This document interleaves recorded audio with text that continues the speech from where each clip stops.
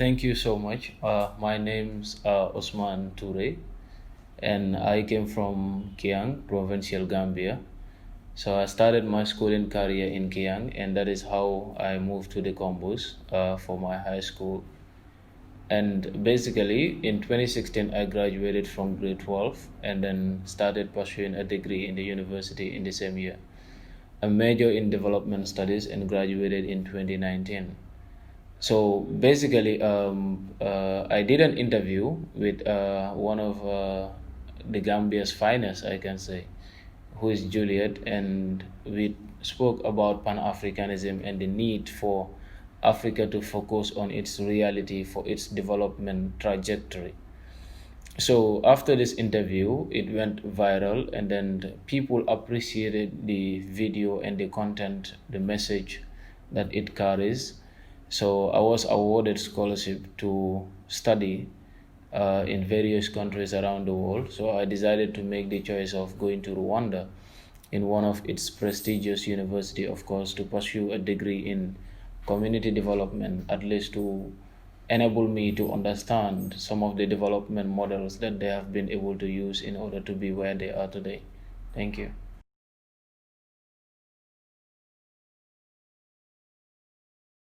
Yeah, the scholarship is something that I have always been in need of, in a sense that we live in a society in which one have to have an intellectual background as to how you deal with societal realities, how you understand the solution to those societal problems, and seeing Rwanda in particular being able to move, from a genocide back in 1994 to where it is today is something that all African countries can embrace as a system or as a model, depending on country's reality as well.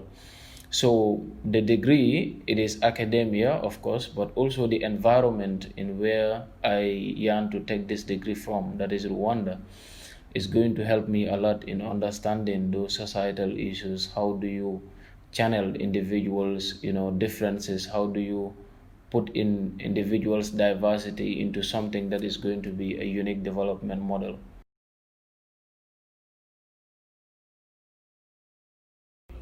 Yes, basically, Pan Africanism is something that we need to understand as a people first. Its pioneers had a spirit, and the pioneers of Pan Africanism believed that Africa is for Africans, both home and those abroad. And that is our brothers and sisters in the diaspora today, those that are African descent. So basically, you come to realize that it is equally important for us as a people to recognize our strength, and that is coming together as a continent, coming together as a nation, coming together as a people, in order for us to, get to our desired objective and our desired, development. For far too long, this continent have been portrayed wrongly by the outside world. They never want us to understand our civilization. They never want us to understand our history. Instead, we have just been borrowing. And the pioneers of Pan Africanism were fighting about colonialism. Later on, they fought about imperialism and neocolonialism. Today, the biggest threat of this continent is globalization, which we need to understand as a continent. Know what are we globalizing? What do we have at the stock market? What is Africa feeding the world, and what is Africa benefiting from the world? This is the spirit and this is the strength that we as a people need to understand. Come together, bridge the disconnection within the continent and between our brothers and sisters in the diaspora. Once we're able to do this, we can shape a new leadership.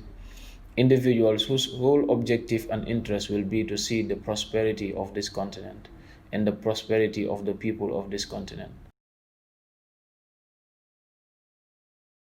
As I always say, we live in a technological world. This is the 21st century, and youths are expected to be well equipped with knowledge, to be well equipped with skills, to be well equipped in leadership potentials and abilities. We need to understand this. Youths have to take responsibility.